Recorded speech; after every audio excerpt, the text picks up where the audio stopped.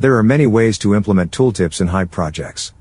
This video is about one particularly fast and straightforward way to add polished and standardized tooltips to Hype scenes. The value proposition here is that this type of tooltip takes less than 10 seconds to add. It requires no code or timelines. What's more, they are self-scaling and self-centering. And unlike many tooltips, they are animated by default. Most importantly, they work on both the desktop and mobile devices with touchscreens. The text for each tooltip is entered via Hype's own additional HTML attributes control, in the identity pane.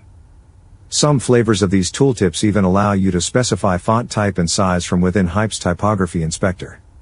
In this video, I'll show you how these tooltips work, how to set up your project to use them, and lastly, I'll reveal how they are built so you can customize or further elaborate them if you choose.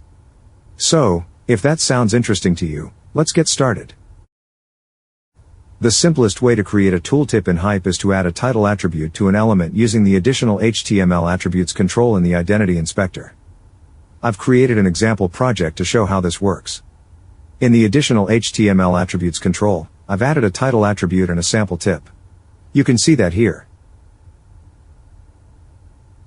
When I run this project in a desktop browser, you can see how I get a very small and rudimentary tooltip displayed each time I linger over an element.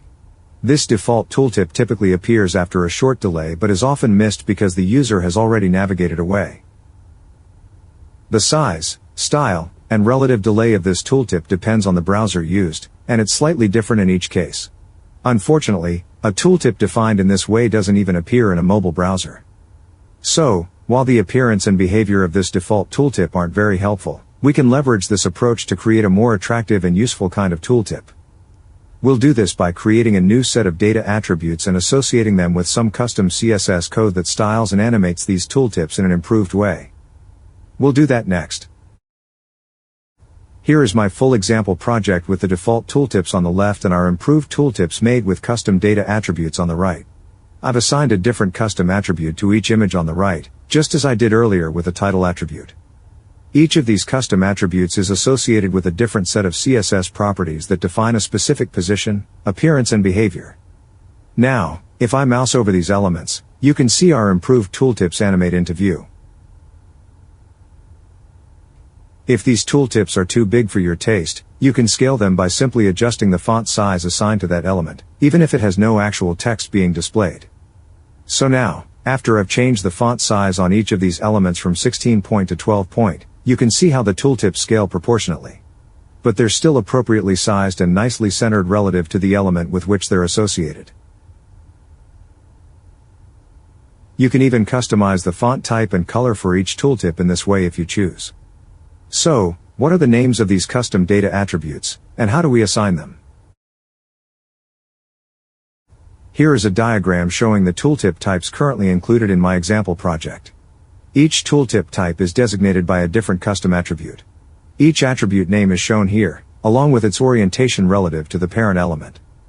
You assign these custom attributes to an element using the same identity inspector control I used earlier. But instead of using the title attribute, you use these custom attribute names. The steps to add these custom attributes to an element are dead easy. Simply select the element. Enter a custom attribute name.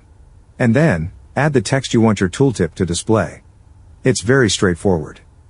The only thing you need to worry about with this method is that all custom attributes must start with the data- prefix, and of course, they must be matched with a corresponding set of CSS properties. I'll show you how that's done later. Before that, I want to show you a second and different set of custom data attributes designed especially for use with buttons. Before I introduce this second set of custom data attributes for buttons, I want to explain why they are necessary. It has a lot to do with how buttons work on touch screens or devices that support both pointing and touch events. You probably already know that there are no hover events on pure touchscreen devices like there are on the desktop. However, the new style tooltips we have described here provide tooltip-like hints on devices like the iPad, which support both pointer devices and touch inputs. Let me show you what I mean. Here is a video recording of my example project running on an iPad with a mouse attached. When I mouse over an image, I get the same tooltip as before.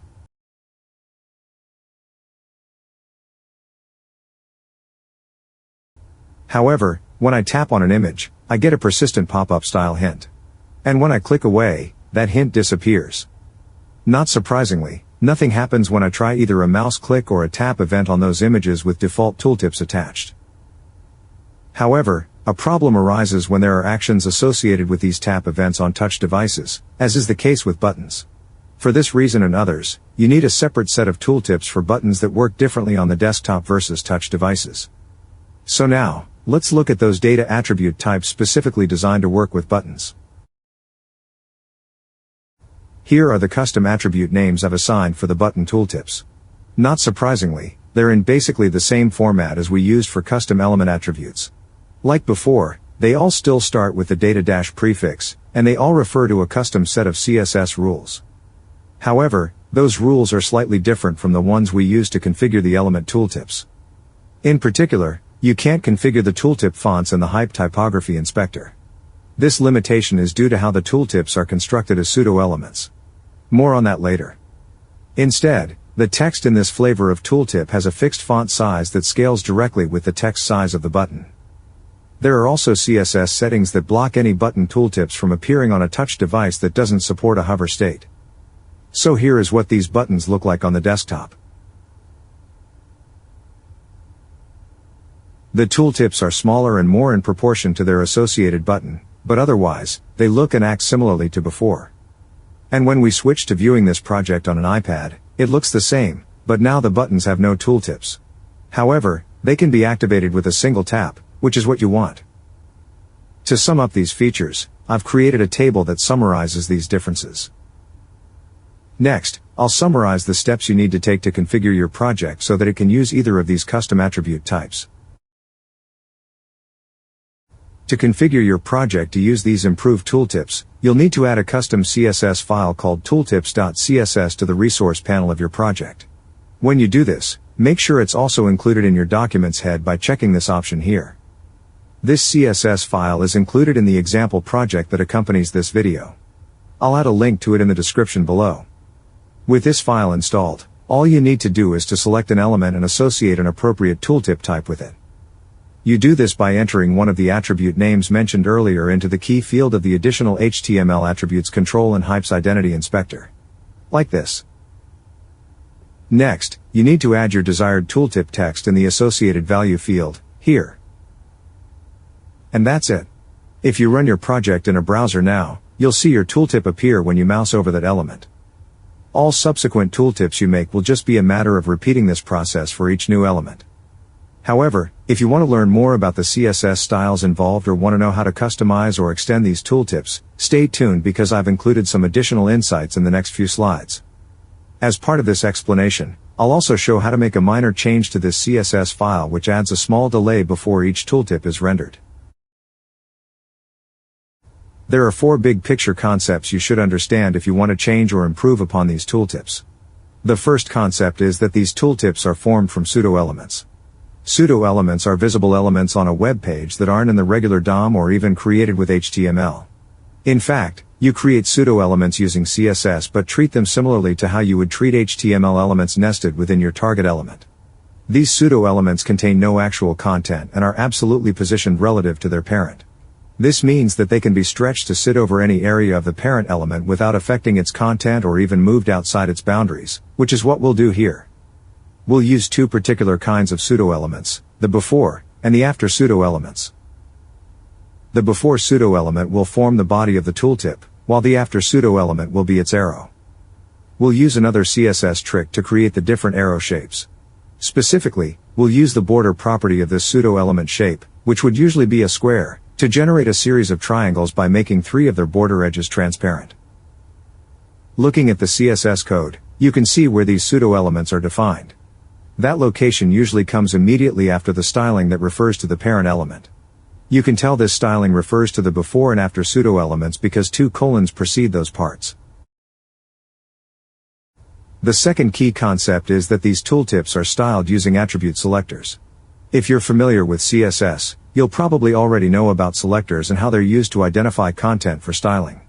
Class and identity selectors are ones you've likely seen many times before. If you're not familiar with CSS, just know that CSS selectors are used to find or select HTML elements whose appearance you want to manipulate.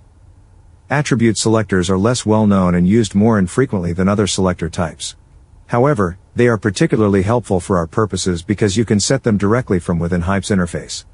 This means you don't need to be a coder to use them. Looking at the CSS code again, you can see where these attribute selectors are used. You can identify where this styling method is employed because a pair of square brackets always enclose its selectors. This applies to the element itself and its associated pseudo-elements. The third important concept deals with how the pseudo-element parts are aligned with the parent element and with one another. For this purpose, I've employed CSS flexbox, which is a technique to lay out, align and distribute space among different items within a container. In our case, that container is the parent element, and you set this up by giving the parent a display property of flex. You can see that in these lines of code. The important flag that is part of this CSS rule is used to add more importance to this setting. In fact, if you use the important flag, it will override all previous styling rules for that specific property on that element. I'm doing this to overcome Hype's default alignment settings for this element. I've used flexbox in two ways depending on whether we need to align things horizontally or vertically. For vertical alignment, I've set the flex direction to column and justify content to center. This aligns the pseudo-element parts for the top and bottom tooltips with the midline of their parent elements. For horizontal alignment of the left and right tooltips, the flex direction is set to row, and the align items parameter is set to center. This aligns the pseudo-element parts with the vertical center of the parent element. Together these settings ensure the correct alignment of our tooltips no matter how big or unusually shaped the parent elements might become. The final concept is that our attribute styles are coordinated with a series of CSS variables.